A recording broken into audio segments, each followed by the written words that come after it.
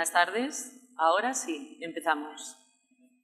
Lo bueno que tiene hacer la charla a esta hora, a la hora de la siesta, es que los sillones son cómodos y que nosotros no vamos a saber si estáis dormidos o despiertos. Además, con esta luz nos vemos, así que sentíos como en casa. Mi nombre es Virginia Montañés, soy periodista, antropóloga y naturópata y voy a moderar esta mesa redonda sobre la regulación del cannabis en Estados Unidos. Estoy muy bien acompañada por unos pedazos de profesionales. Omar Figueroa, a mi izquierda. Él ha disfrutado casi 2 décadas a la vanguardia de la ley canábica de California y es ampliamente respetado como experto legal en Estados Unidos. Obtuvo su licenciatura en Filosofía en la Universidad de Yale y su doctorado en Jurisprudencia en Stanford Law School. Es miembro vitalicio fundador de la Asociación Nacional de Abogados de Cannabis y recientemente ha sido elegido a su mesa directiva, así como miembro orgulloso del Círculo de Consejeros Distinguidos de la organización NORM. Ay, perdón, aquí le tenéis, de cerca. Bueno, a su izquierda, como podéis ver en la foto, está Adam Jacks. Él es criador, a mí me gusta más decir breeder, lo de criador suena un poco raro en español. Breeder y productor de cannabis en Oregón. Está centrado especialmente en el CBD, sobre todo por temas terapéuticos, y en 2016 ganó el Cann Awards por su influencia en el mercado. También escribe para la revista Grow y recientemente ha iniciado una sociedad con Zed Therapeutics. Él nos va a hablar, por supuesto, de la evolución del CBD, del cultivo de CBD y del mercado del CBD en Estados Unidos. Omar nos va a hablar más de lo que ha sido el proceso de regulación en los últimos años. Y Alex Pasternak, a la izquierda del todo, nació en Miami, pero ahora vive en Los Ángeles, fundó Pinsk en Colorado junto a su hermano y entre los dos en su empresa han ganado el premio Levy al mejor comestible del año.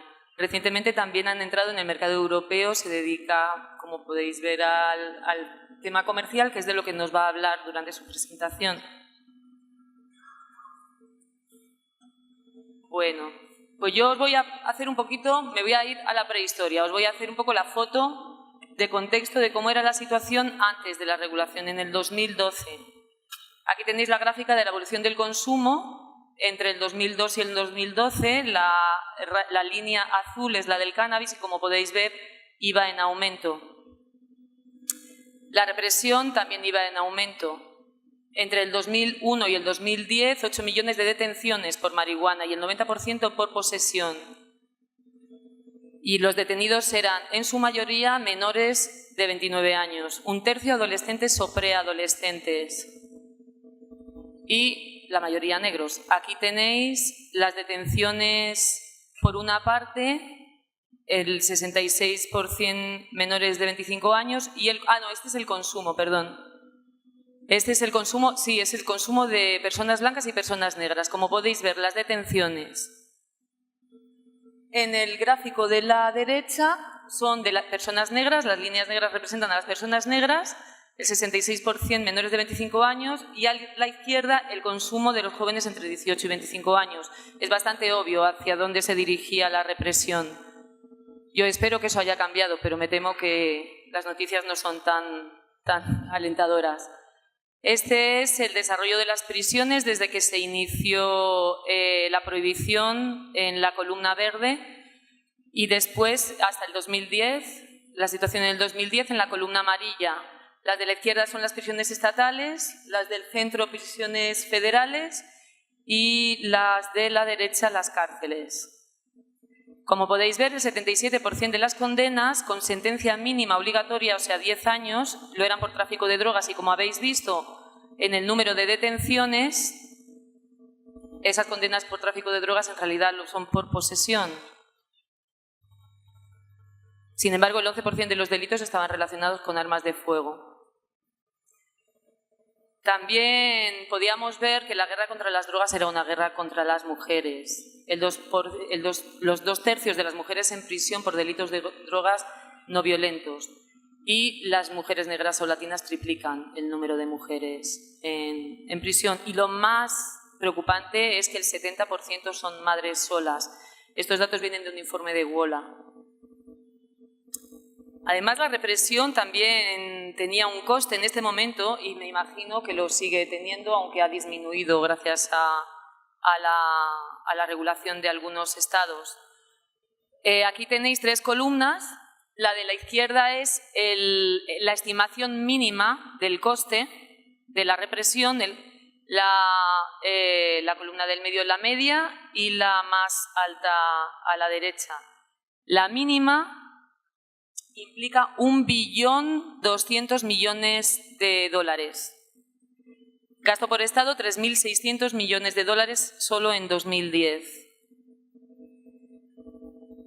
La opinión pública también había evolucionado desde el 12% a favor de la regulación en el 69 hasta un 58 o un 52% dependiendo de las fuentes en el 2014.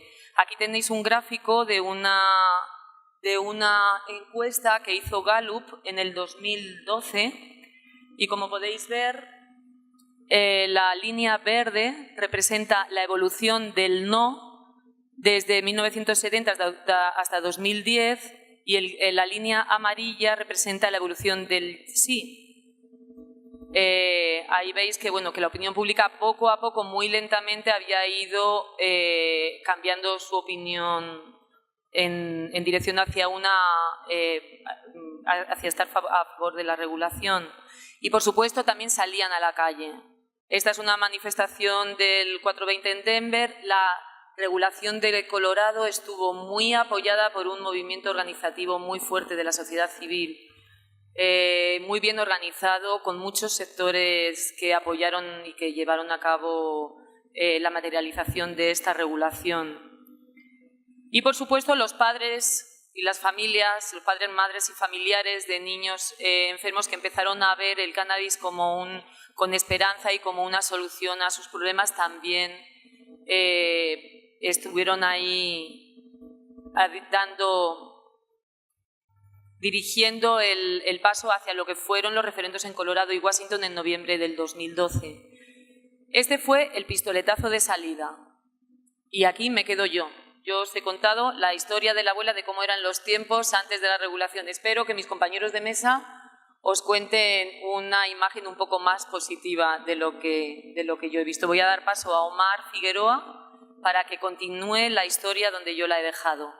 Muchas gracias y seguimos. Buenas tardes, gracias por venir y mantenerse bien despiertos y despiertas. Soy Omar Figueroa, yo nací en México, entonces por eso tengo tal vez un acento distinto, pero ahorita vamos a hablar del proceso de la legalización. En 2012 hubieron referendos en Colorado y Washington y son los primeros estados que legalizaron la marihuana en Estados Unidos. Eso es después de 2010, cuando el estado de California falló, trató de pasar un referendo y no lo logró.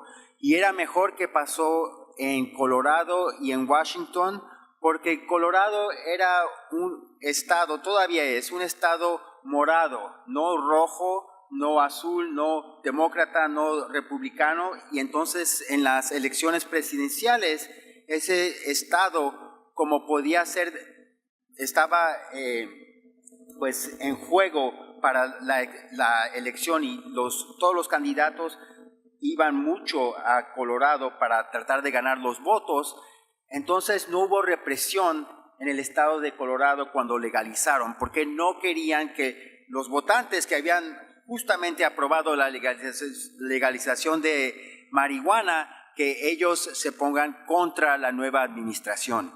Y eso fue bueno porque California normalmente es un estado demócrata y entonces si fuera el primer estado tal vez hubiera habido represión a nivel federal. Tenemos que acordarnos que en Estados Unidos federalmente es totalmente ilegal la marihuana todavía para uso lúdico y también para uso medicinal. Por ejemplo, el cultivo de 100 plantas o más es 5 años de prisión federal. El cultivo de 1000 plantas o más es 10 años de prisión federal. Y es lo mismo con la distribución o también con la organización.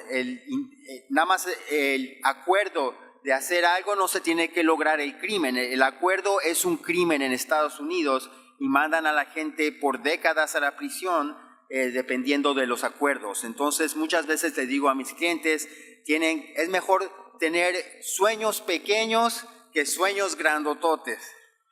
Pero ahora vamos a hablar, entonces en Estados Unidos no hay reglamentos a nivel federal.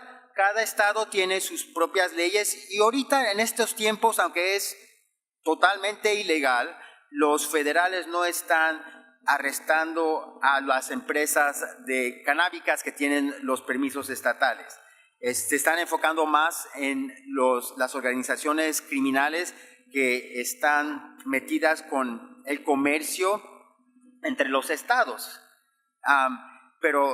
Y también obviamente se están enfocando en los aeropuertos y donde está saliendo de un estado al otro, ahí sí veo que hay muchos casos y todavía hay arrestos.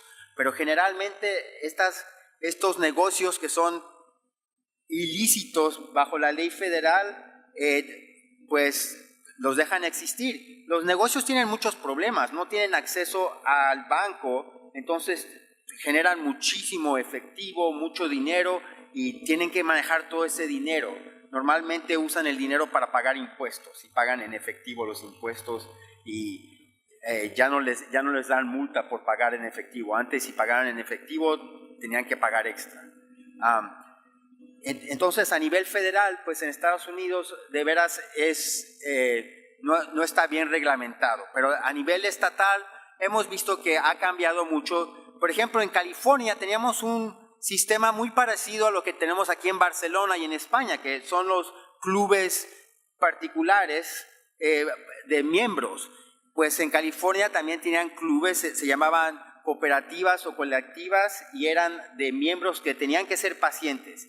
Pero en California era muy fácil sacar una aprobación de un doctor para ser paciente, porque no era una receta médica, no había una lista definida de condiciones. Entonces, para cualquier condición que la marihuana ayude, no tiene que sanar, solamente tiene que ayudar, era apropiada para un doctor dar la receta. Entonces era muy fácil para casi cualquier persona obtener su receta de marihuana y después ser miembro de los clubes canábicos, las colectivas, las cooperativas, que no eran reglamentadas. El Estado por mucho tiempo, desde 2004 hasta 2015, no tenían de veras reglamentos para estas colectivas.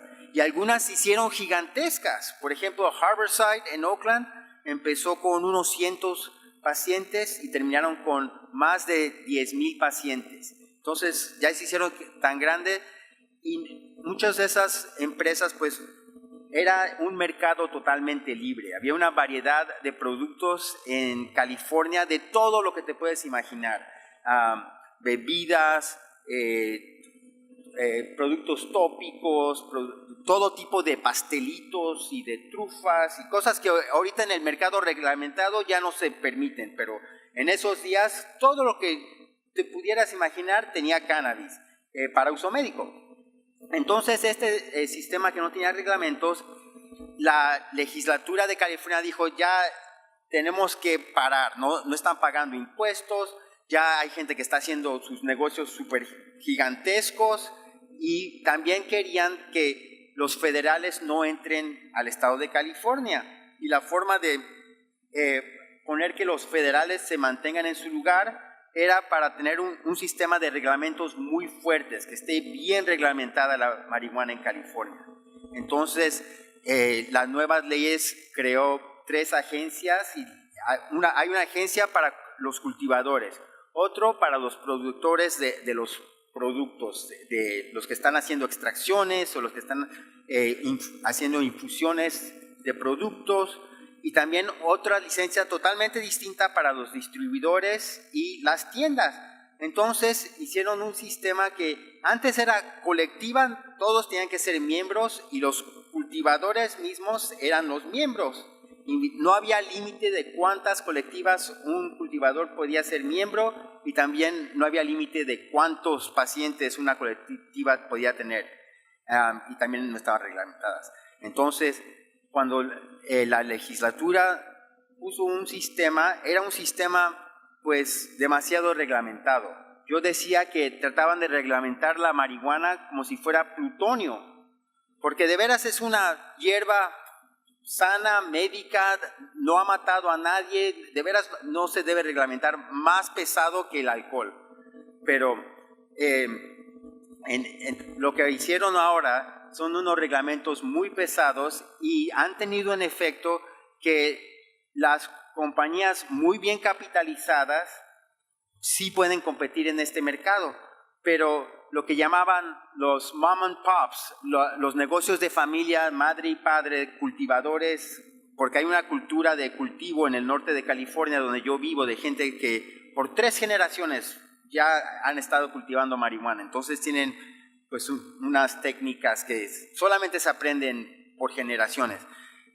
Y muchos de esos sí crecen marihuana bella, pero no tienen la capacidad de mercadear y de llevar su producto al mercado, porque muchos de estos cultivos son en el norte de California y los grandes mercados son al sur de California, en Los Ángeles.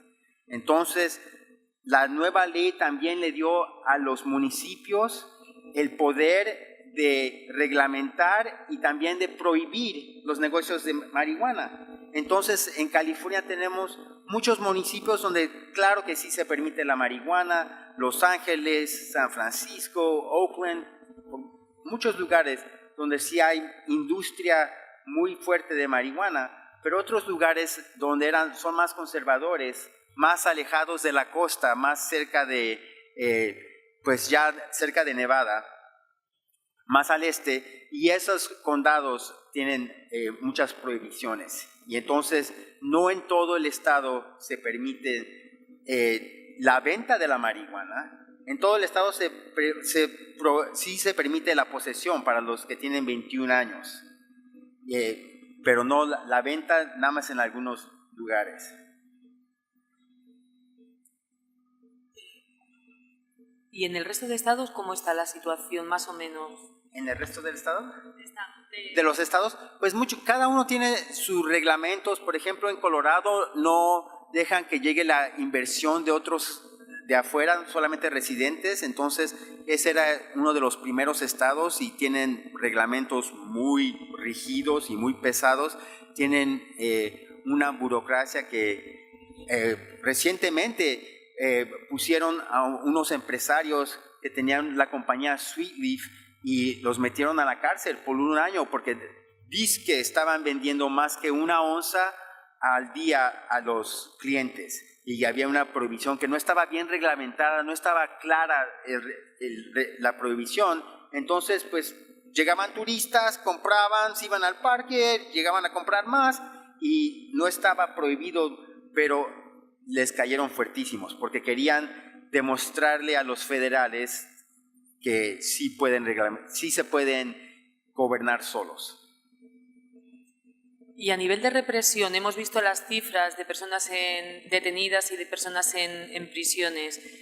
¿Ha bajado un poco a partir de cómo se ha transformado el panorama? Se ha transformado drásticamente. Antes de 2016 yo era abogado defensor penalista, yo lo llamo abogado de libertad porque mi trabajo era enfocarme en liberar a las personas y he defendido cientos de personas y era un delito grave. Entonces alguien que estaba cultivando una sola planta estaba enfrentando 3 años en calabozo y todas las consecuencias de ese antecedente penal el resto de su vida. Entonces la gente de veras se defendía fuerte porque no querían tener eso el resto de la vida.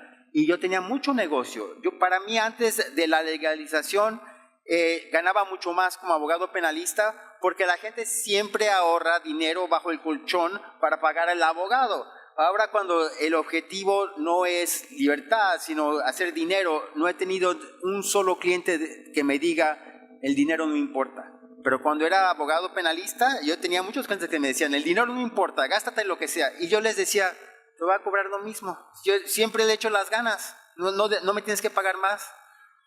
Pero entonces lo que ha cambiado es mi práctica. Antes era defensa penalista y ahora es una práctica corporativa. Ahora estamos haciendo corporaciones, registrando marcas, haciendo planes para protección de secretos industriales, ayudando a los clientes con todas las nuevas regulaciones porque siempre están cambiando y entonces los clientes pues no quieren estar al corriente con todas estas regulaciones. Ahorita ya tenemos más de 300 páginas de regulaciones en California y para llegar a esas 300 páginas hubo un proceso que empezaron con regulaciones de emergencia extendidas, nuevas regulaciones de emergencia y finalmente las regulaciones permanentes. Y cada vez ha cambiado mucho y ha causado pues muchos eventos de extinción para muchos operadores que antes cuando no había reglas, pues había muchos operadores que hacían mucho dinero, no tenían que pagar impuestos, tenían una vida muy buena y había mucha gente que vivía bien. Y ahora con estos reglamentos desafortunadamente son muy pesados. Entonces lo que se puede aprender en España cuando están pensando de cuál futuro quieren es asegurar que los negocios de cultivadores, los pequeños cultivadores, que les pueda tener mucho éxito en un sistema que esté diseñado para que los pequeños cultivadores tengan éxito.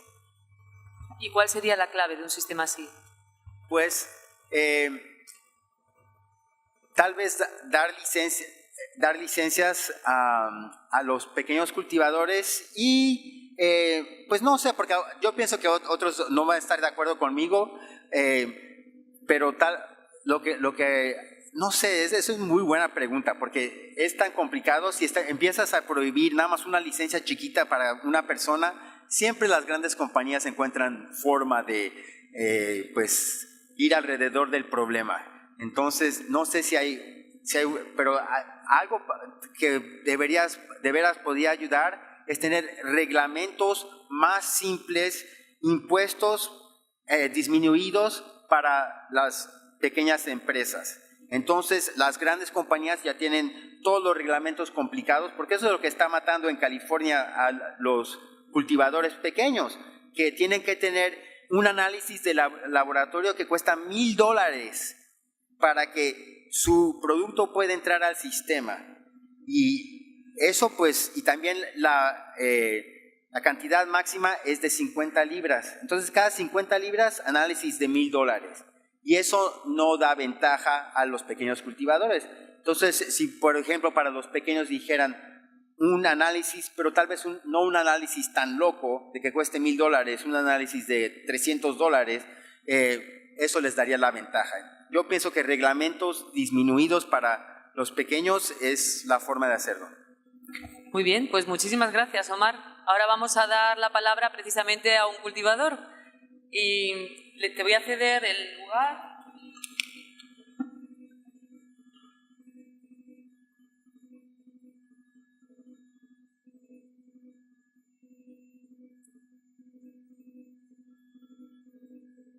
Ya.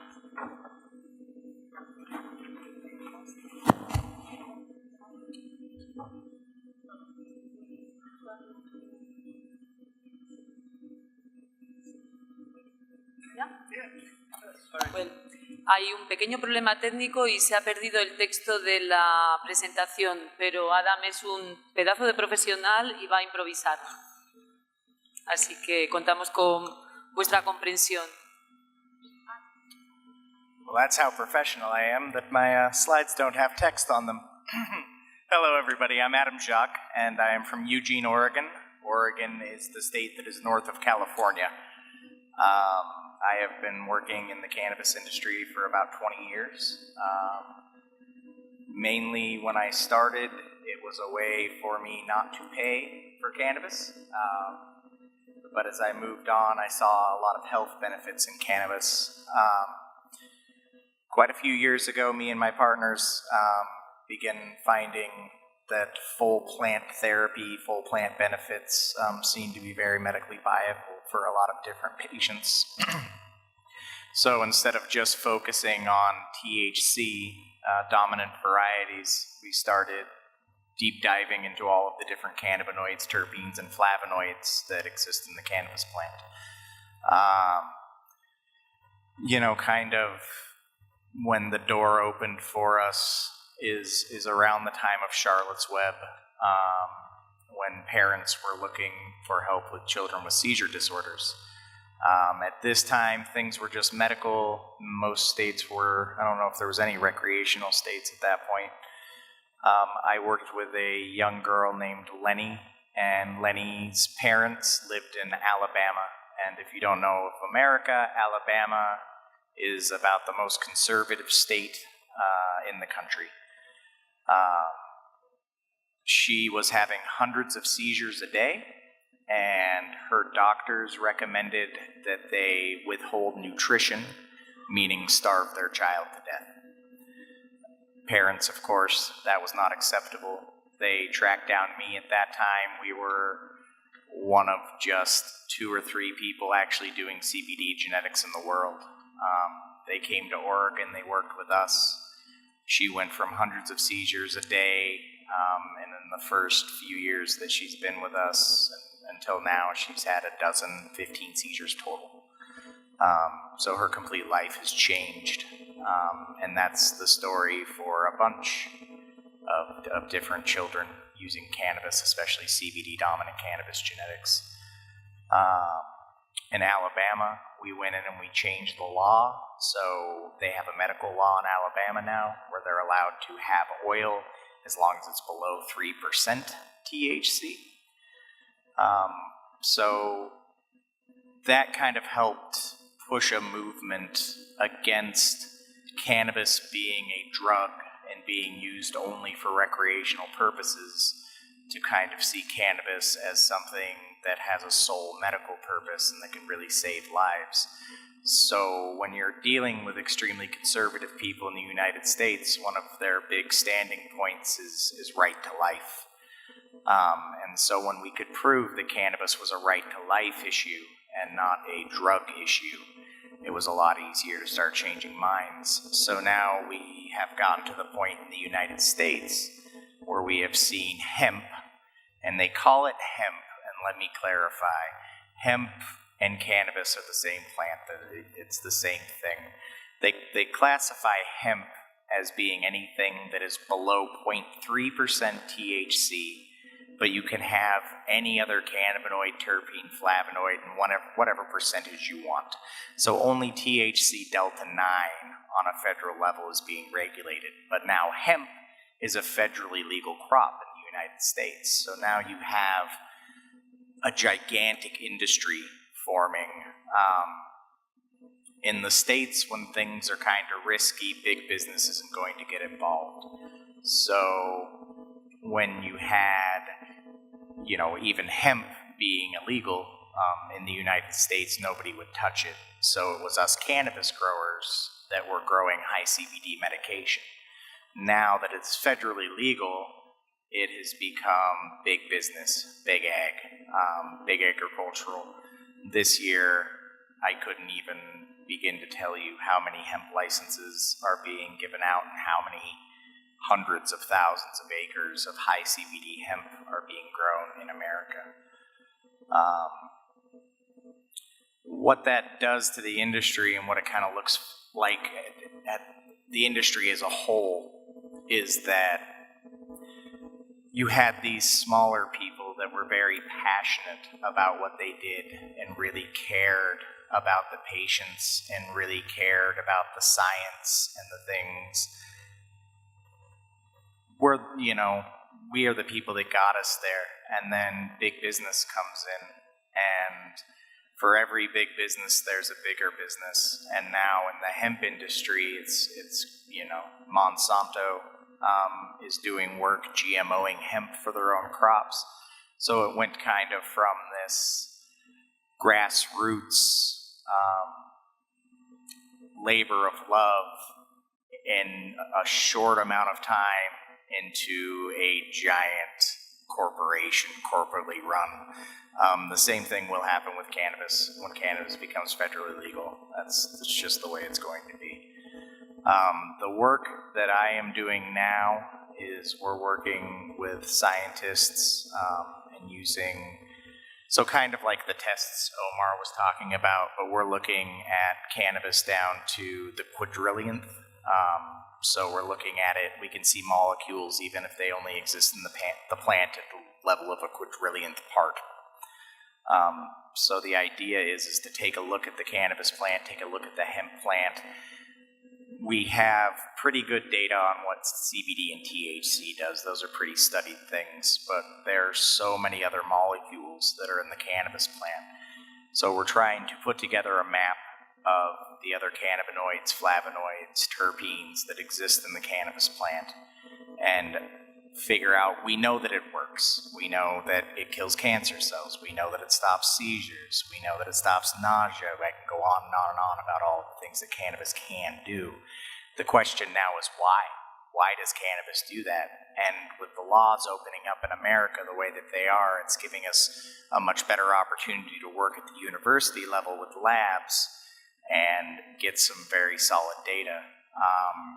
The idea of taking cannabinoids and tracing them through the body, so adding tracers to them, be it a dye but watch how it works itself through the body, what sensors in the body or what receptors it's attaching to. We're all very familiar with the CB1 and CB2 receptors, but like with opium back in the day, and when they started doing trials on that and finding what parts of the opium plant were effective, the idea is kind of the same in cannabis. We want to find why it works. Once we know why it works, it's going to give us a much better idea of how to treat very specific conditions. I work in a space of individualized cannabinoid therapies, which means that everybody's different, everybody needs a different medicine. So the ability, it was harder before. We had to breed genetics specifically for a person, and that's a lot of work. It takes a lot of time. Now with the advancements of extraction, we're able to take a little piece of A, a little piece of B, a little piece of C, mix it together, create baseline oils and work, and create individualized cannabinoid therapies for people or individualized oils for different conditions. Which helps a lot when we're trying. But then once again, why? Why do they work? And so that's a big thing that we're working on. I want to talk a little bit about Oregon as well. From where I'm from, Oregon, population-wise, is much smaller than California, but we do touch. When we were in black market and even in medical, it was a completely different world than now that we're recreational. There are good and bad to both. Prior to farmers, and I know a part of it was taking the risk of being busted, but we would realize $1,500 to $2,500 a pound for our cannabis. Now that big businesses have moved into Oregon and the market is saturated. Right now in Oregon, we run a system called the metric system, and that is the system we use to report to the government exactly how much cannabis we have grown. And it's a seed to sale tracking system, which means they know, they have a computer, they can look up any farm, they know when you've germinated your seeds, they know when you've cloned them, they know when you put them in the veg, they know when you started blooming them, they know what the wet weight was when you cut it down, they know what the dry weight is when you go to process it, they know everything, every step along the way, having to do with the cannabis plant. Doing all of that extra work and having all of that and knowing, now we know that we have over 1 million pounds or over 500,000 kilos excess in our system right now. And people keep growing more every day. That number isn't going down, that number is going up. And the adverse effect to that is that the prices of cannabis, as a producer, these numbers are going to appall you. As a consumer, these numbers are going to make you happy. But in the Oregon metric system, you can go and buy wholesale pounds for $25, $50 for an entire pound of cannabis. You can go into a store and you could buy a gram of cannabis for 50 cents. You can buy a joint for 50 cents. The market is completely collapsed. So the only way that companies are able to survive in a system like that has been, which is kind of the system that's rolling out across the entire country, is to grow more, faster, quicker, and more efficient. Well, what happens when we grow more, faster, quicker, and efficient? The quality goes down. And so we're finding that, the neighbor that you used to buy ounces from that grew in his garage and had the headiest heads, and you were happy to pay $150 to $300 an ounce for, now people can go to the store and literally buy an ounce for $20. People like me are picky. I want quality. I'm happy to pay a premium for the cannabis that I smoke. A lot of people aren't, and they don't mind paying $20 for an ounce and just smoking that. It's kind of the headache weed, swaggy outdoor, but it is what it is.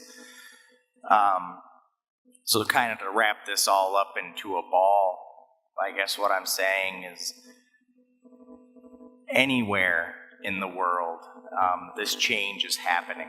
The United States was kind of the first country to come out and demonize cannabis, and now we're kind of coming out in favor of cannabis. And what you're going to see is that big agricultural companies are going to, at the beginning, the wave will crest and a lot of people are going to get wiped out. But I believe that the people whose hearts are in the right place and are doing it for the right reasons and keep their overhead low but still work in that place, like the alcohol industry in America. You can buy Budweiser, you can buy Coors Light, but there's this resurgence of microbreweries and small batch and people willing to pay money for something that's very good. There's always going to be people that drink Budweiser, but there is a market for the small producer and the quality producer. And it's the same with the hemp market. You can go out and you can buy CBD hemp isolate anywhere, and you can make any sort of products with it, but that's not full plant medicine. You really have to love your plants. You really have to understand your genetics. You really, isolate is isolate, and it's one molecule out of the thousands of molecules in the cannabis and hemp plants. So it's not all doom and gloom. There are different markets, but it is exciting to know that you can be the change that you want to see, no matter where you're doing it or what you're doing, and you can make a real change with what you do in the world with this plant. People still need people like us that love the plant and care about the plant and are pushing forward the quality and the importance and the education of the medicine, and not just looking to make a quick buck off of people that desperately need this plant to survive. Thank you.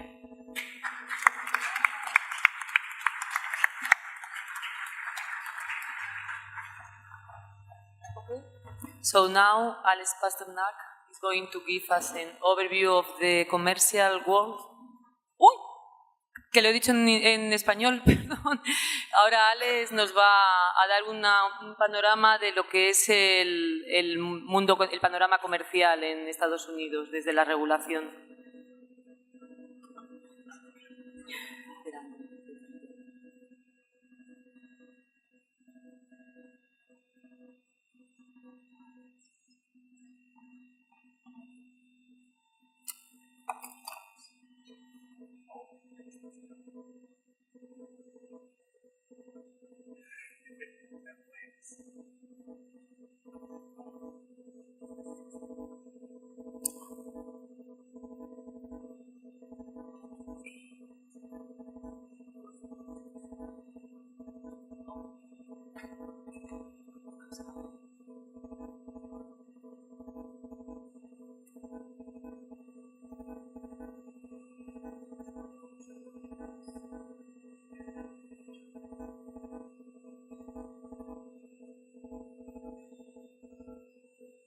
Yeah. Pero esta.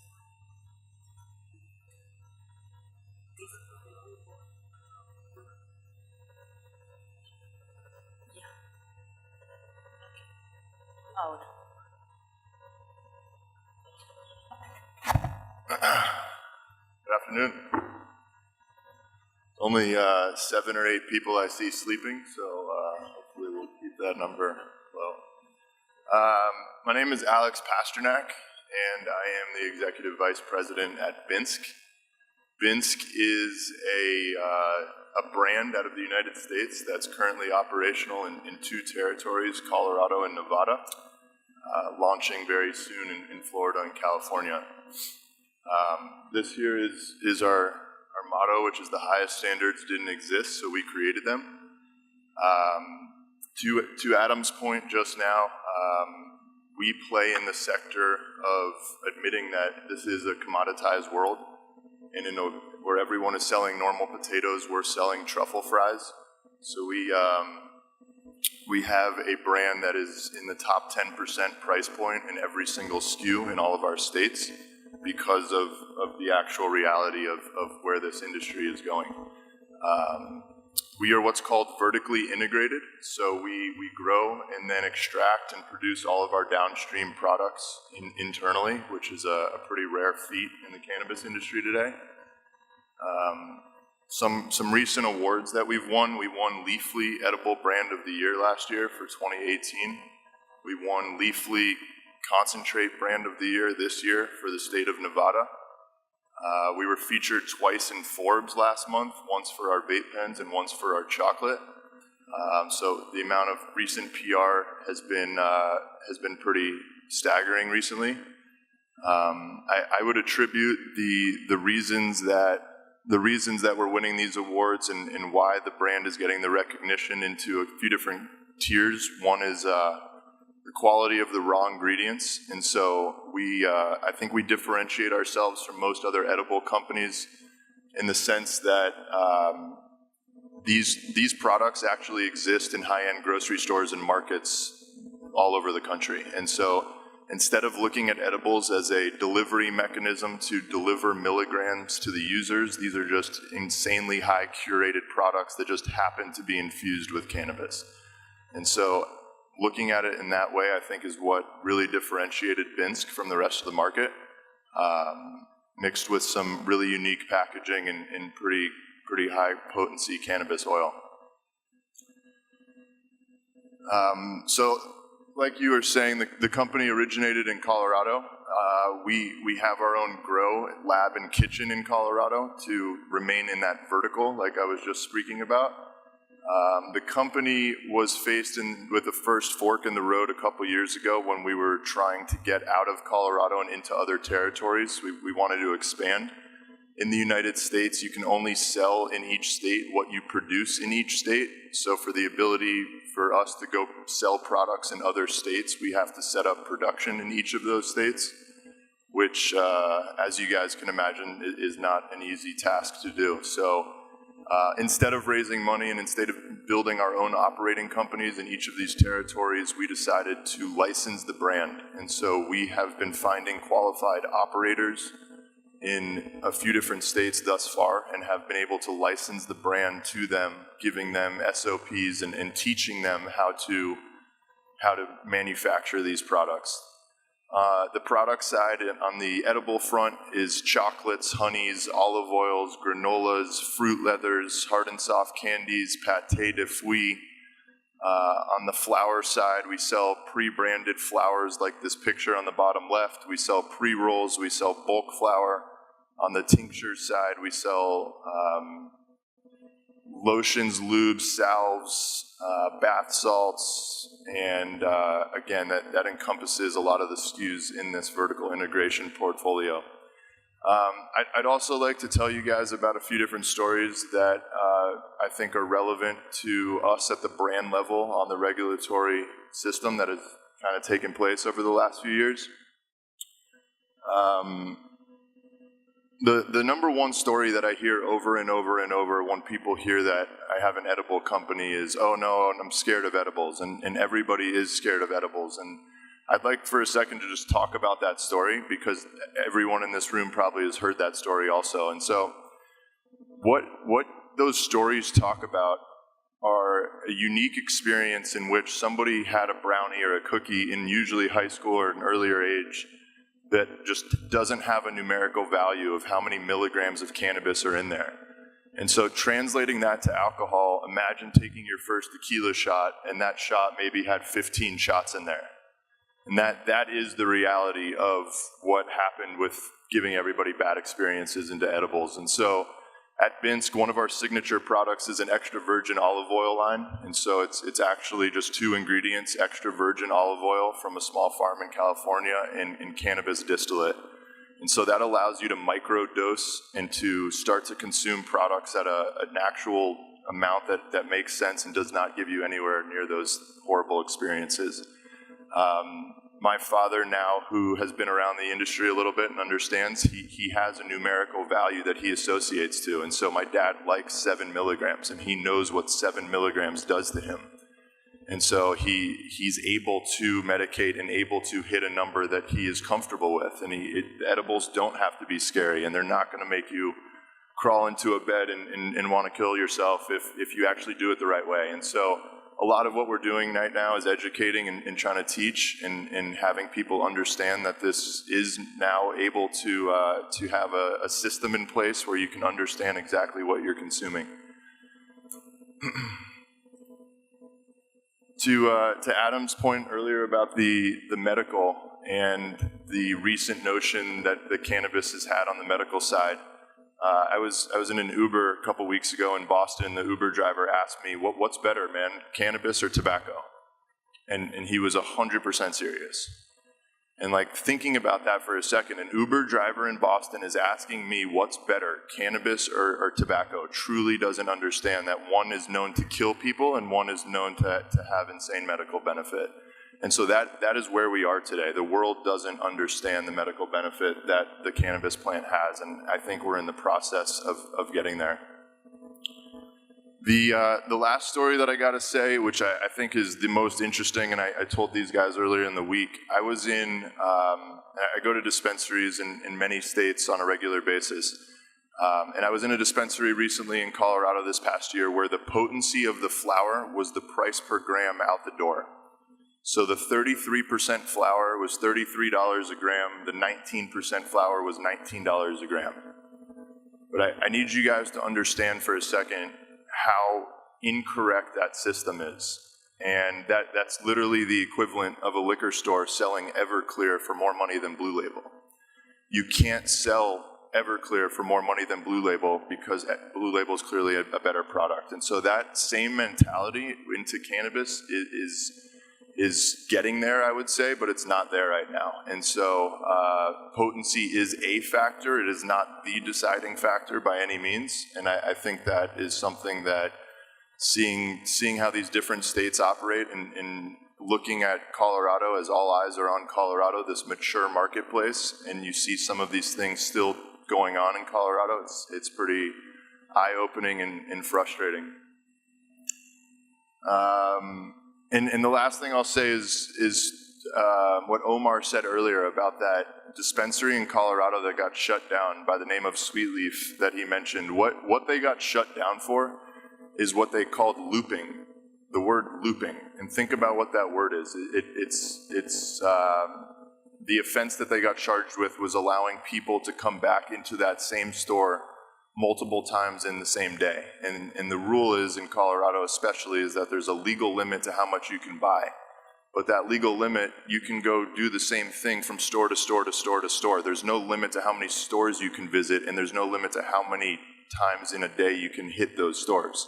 However, you can't go to the same store. And so that's what they got caught for, and understanding that system and understanding that these are the type of things that need to be worked on and need to be rolled out before federal legalization takes place is what I think is most interesting to me at the brand level. Thank you.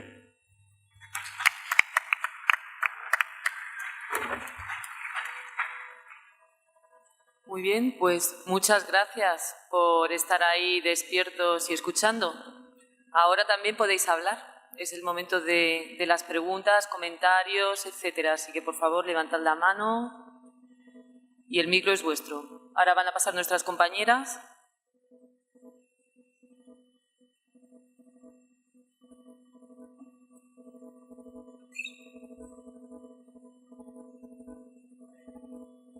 Cannabis cultivators, California, Colombia, and Jamaica. I would like you guys to talk about CBD current legal situation in the U.S. As we know, we're allowed to cultivate if you have a hemp production license, but we bump with situations as last week 55 gallons of CBD hemp oil being what's the name? Impounded by the government. And then I see, we were just last week in Miami, there's a bunch of pop-up stores selling CBD, not being cultivated in Florida. What's the angle against that? What do you guys think about that? So it just got passed federally, which means that the laws haven't been completely decided yet. So right now, the laws are being based on state precedent.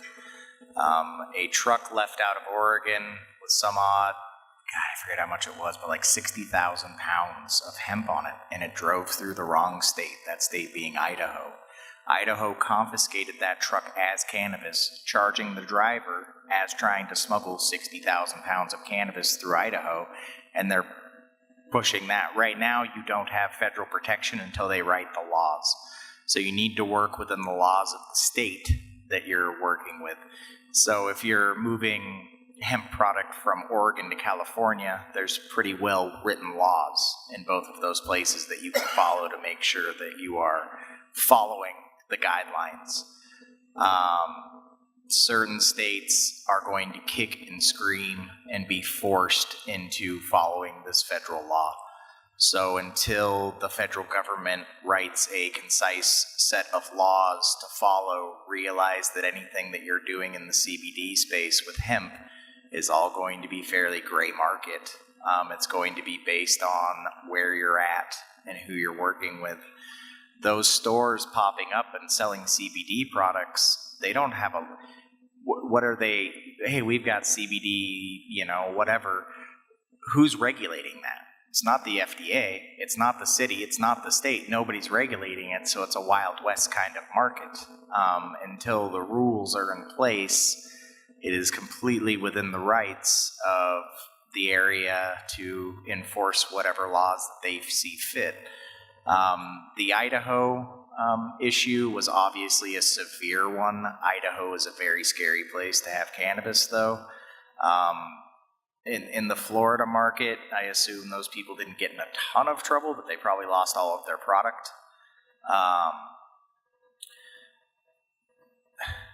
Do you want to be the cutting edge, head of the line guy that's getting in there before everybody else? Well, right now you're going to take a risk if you're going to be that person until the laws are written.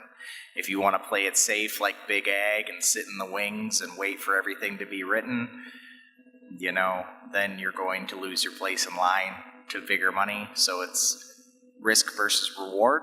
I would assume by the end of this year, though, we have more clarification of the laws of hemp and CBD on a federal level. They've got to get them written quickly because this industry is exploding very quickly. Hi, my name's Jim Macoso. I'm an owner-operator of Lucid Lab Group. We build labs and own and operate them, both for hemp and cannabis in the States. My question is, I guess, across the board. We own and operate in North America, but obviously we're very interested in the international scene. What role do you expect extraction will play on the international scene, specifically in Europe? And are you guys aware of specifically the development of extraction production as it pertains to Europe? Well, I'll jump in, I guess. Concentrating cannabis, one, turns it into a form that's very easy to use. especially by making products, topical, sublinguals, edibles, things of that nature. It makes it a very easy to use product. Also, it minimizes the size that it takes up. So when we're talking about things like national or international shipping a pound of cannabis versus shipping a pound of oil is going to take up a lot less space. As far as what it looks like in Europe on extraction, I'm not terribly sure. I know in the United States, isolate is fine for things like edibles and things like that, but when you want to go into a higher quality product for a smokable, now you have people doing hydrocarbon, things like diamonds and sauce and live resin and things like that. So having a wide portfolio of different extraction methodologies is going to be very important.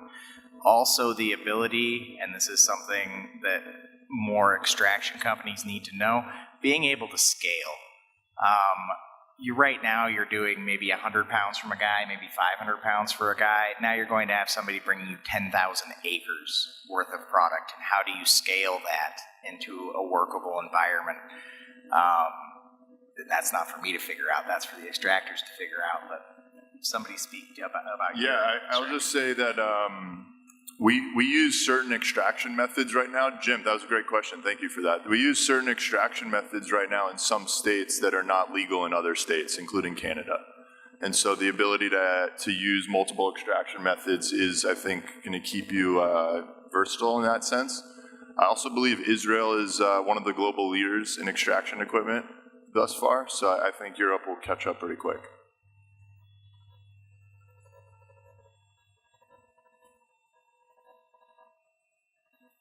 Hello, I've got my own company, the Leaf Elite, TLE, and just wanted to say that I think the Binsk brand is absolutely amazing, and this is where we'd like to aim in the marketplace. Just wanted to know how many stores is Binsk in? Wow. Thank you for those kind words. Binsk is in, right this second, about 600 stores in 2 states, and Binsk is about to be in closer to 800 across 4 states by the middle of the summer. Thank you. Omar, how close is the U.S. to federal legalization? I think within 5 years. That much? Yes, very close. Some people think it can happen this year? I think medical happens this year. I think medical happens within a year or two. I think you see medical becoming legalized. I think that will bring normalcy to it. And then I think he's accurate. And then probably in around 5 years, it'll be fully recreational. I mean, we haven't taken it, as a nation, we haven't made it legal medically on a federal level, and they're going to take that step before they just pull the trigger on. There's no legislation for that that I know of, is there? There's tons of legalization bills to take it off the CSA and do all kinds of things. There's numerous bills. It's going to take a while. I think. I would say I have a $1,000 bet with my dad, actually, that medical happens in 2019. I think medical marijuana will be federally legal in 2019. It's already not enforced thanks to that Rohrabacher-Blumenauer amendment. So it's de facto legal, it's not de jure legal. Bueno, me imagino que sabéis que la Organización Mundial de la Salud acaba de emitir un informe en el que recomienda sacar de la lista de drogas más peligrosas de la ONU el cannabis por sus propiedades terapéuticas. O sea que por fin, después de muchos años, se ha reconocido su valor terapéutico. Esto significa que en la reunión de la Comisión de Estupefacientes que está teniendo lugar ahora deberían estar aprobando ese cambio, porque aunque no son vinculantes, generalmente las recomendaciones de la Organización Mundial de la Salud sí que marcan el camino en la Comisión de Estupefacientes. No sé, porque están las discusiones ahora, no sé si eso lo van a hacer, lo van a cambiar, van a aprobarlo o lo van a posponer para el año que viene. Pero esto tarde o temprano va a abrir el camino a la legalización del cannabis terapéutico y eso va a significar el paso a la regulación del cannabis recreativo también, entiendo. Seguramente. Y yo pienso que va a pasar lo mismo en Alemania, porque parece que Alemania está listo para una explosión de tecnología médica y hay mucho interés. Yo aquí caminando por Spanavis veo muchísima gente de Alemania que están caminando y muy interesados. Entonces, cuando se apliquen pues nuevas tecnologías, nuevas formas de ver la planta, yo tengo mucha emoción para ver lo que los alemanes van a descubrir, lo que los españoles van a inventar una vez que se reglamente aquí y ya esté un mercado más reglamentado. Entonces, ahorita es un tiempo en la historia donde se está escribiendo la historia aquí en Europa de cómo el cáñamo, la cannabis va a ser reglamentada, y es una oportunidad para todos en la industria de crear su propio futuro. Sí, ¿qué tal? Juan Ignacio de Argentina. Como veo que se habla mucho de países, Israel, Alemania, esta es una pregunta para los residentes en Estados Unidos. ¿Cómo ven que se apunta en legalización o que se hable tanto de Estados Unidos como el primer país que va a regularizar la situación, cuando también fue un país que bajo las políticas internacionales en otros territorios, Sudamérica, África, pregonó otra cosa y generó un montón de conflictos? Digo, ahora se habla de Estados Unidos como la meca de la legalización, cuando en realidad, si uno se atrasa 20 años, era otra cosa lo que se pregonaba, digamos. Es verdad, Estados Unidos es la cuna de la represión del cannabis, es donde empezó. Entonces, tal vez es justo que es donde debe de empezar el final de la represión. Pero sí, Estados Unidos no es ningún santo con respecto a la represión, y es donde inventaron la represión del cáñamo y exportaron a todo el mundo. Por eso tenemos leyes por todo el mundo tan represivas, gracias a Estados Unidos. Pero acuérdense que Estados Unidos es un país grandísimo, hay gente de muchos tipos. Los que estamos aquí enfrente, nosotros hemos luchado contra la represión por muchos años. Entonces, es un país complicado, pero sí, lo que tú dices, que Estados Unidos pues no merece ninguna alabanza, yo estoy totalmente de acuerdo. No, I don't agree with what our government does. You know, obviously working in the black market and doing what I've done, it's not because I agree with the law of the land. But don't be mistaken that cannabis was made illegal because it's a drug. Cannabis was made illegal in the United States of America because it was fighting against people like DuPont and plastics, and hemp was a much better product. So for him to build his wealth, he demonized cannabis and hemp. Nothing he said was based in logic or based in truth. You know, Reefer Madness came out, and the idea was you were going to smoke cannabis and kill somebody or listen to jazz music. You know, it's just like completely ridiculous. And the laws are completely ridiculous. And the fact is, America overreaches, and, well, we can't have it, nobody else can have it. You know, screw everyone. You know, scorched earth policy. No, I don't agree with it at all. But I think the changes that are being made now are positive.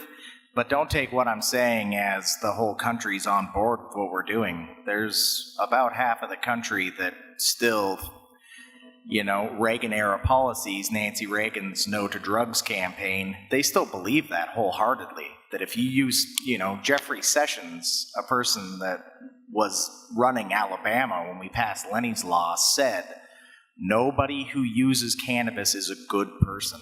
And he means it. And half of the country absolutely believes that. Why do they believe that? Because somebody told them. It's misinformation. It's what they were told, and they believe it because it's coming from news sources that they trust and respect. Luckily, common sense is starting to prevail, but America is at a lack for common sense a lot of the time. I would say one other thing too. I was at a conference recently in Canada and they were celebrating the fact that they were the global leaders in the cannabis industry. And this was in Canada, this was in Vancouver a couple weeks ago. They made comments basically saying we, the cannabis global leaders, have to continue to stay at number one. And so I think that question of where the United States is, you know, the Canadians will probably argue with you on that. But I think the level of sophistication on the retail side in particular, on the product side, I don't think any other country is close, but I think the reality that America's cool with it is a big generalization that's probably not accurate, and there's a lot in between. If you look at the metropolitan cities, for the most part, they're all in favor, but the rest of the states, it's a little bit tougher.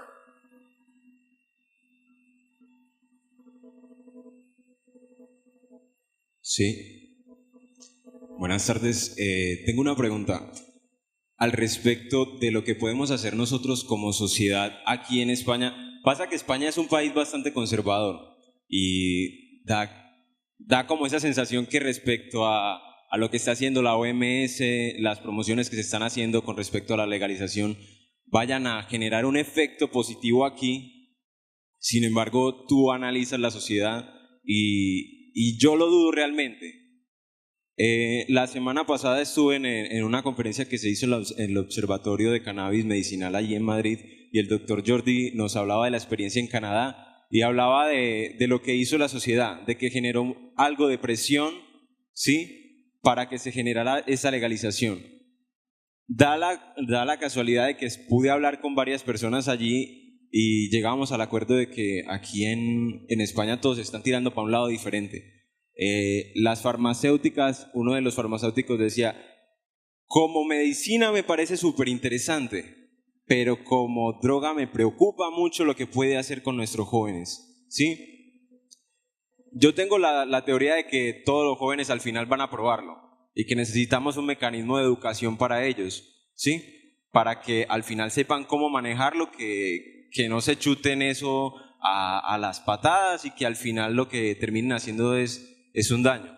Mi pregunta es, ¿cómo podemos nosotros o qué consejos nos pueden dar ustedes para nosotros como sociedad generar esos mecanismos de presión o de acción que permitan una movilización contundente, ¿sí?, que cree esa necesidad de legalización y que le haga ver a las demás personas que no es algo malo, sino que es algo totalmente bueno?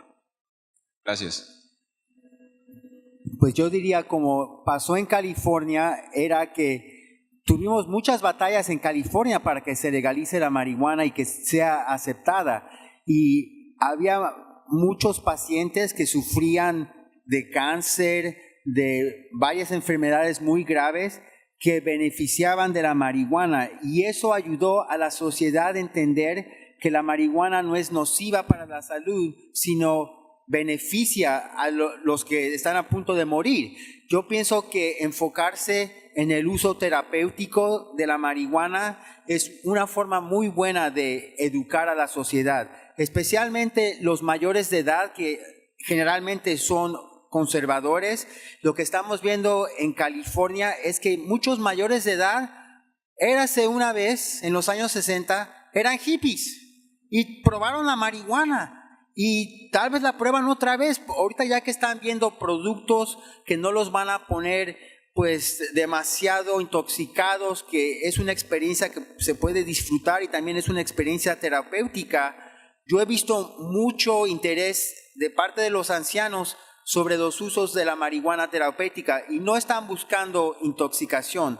Por ejemplo, mi madre no le gusta la marihuana para intoxicarse, pero sí le gusta pomada de marihuana para sus reumas, y eso le ha ayudado a aceptar la marihuana como una planta beneficial, no como la planta del demonio. Entonces yo pienso que esa es una forma de educar a las personas. También el uso responsable es ser responsable, como tú dices, educar a la gente, porque todos siempre lo van a tratar. Y lo que hicimos en California hicieron un folleto que se llamaba Los Principios del Uso Sensible de la Marihuana, porque querían que la gente pudiera usarlo de forma responsable para dar buen ejemplo a otros fumadores. Y finalmente, para que sea aceptada, lo que se necesita es que la gente se autoidentifique y que digan, yo fumo marihuana y soy buena persona. Y yo conozco a gente que fuma marihuana y son buenas personas. Eso sí es lo que cambia más que todo. Gracias.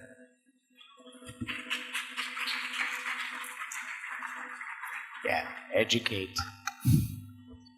Good afternoon. My name is Austin.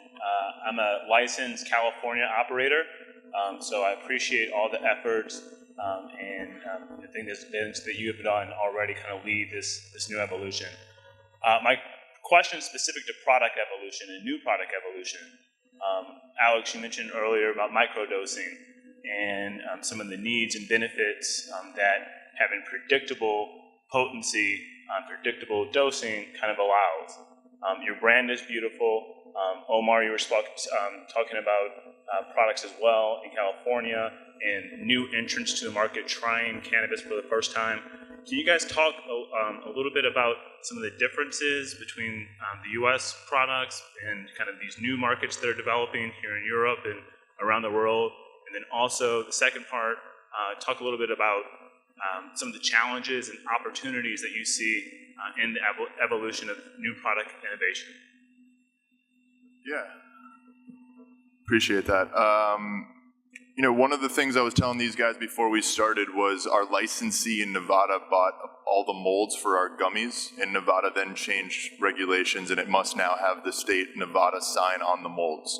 So a regulation change like that cost $140,000, and that's just a Nevada choice that they just made. So the constant need to morph for these different states is going to continue to change. Product development is everything. What we stand for is an extension of our operators' practices. So to be able to continue to have unique products, I think, is exactly what it's all about. In trying to replicate whatever products you would want to go buy in the Whole Foods. High Times quoted us a couple years ago as the Whole Foods of cannabis. And so that's why we do a fruit leather instead of a gummy. And that's why we do a dark chocolate line instead of milk chocolate. And that's why we do a pâté de fruits. And so we're all about differentiating the products and understand the value of needing to continue to differentiate in a land that is unfortunately moving more closer to the Oregon model. Bueno, pues el tiempo se acaba, así que tenemos que parar aquí. Muchísimas gracias por haber estado, por haber aguantado, por haber participado y por haber escuchado. Muchísimas gracias a mis compañeros de mesa por habernos mostrado la situación en Estados Unidos y nos vemos en la próxima. Disfrutad la feria.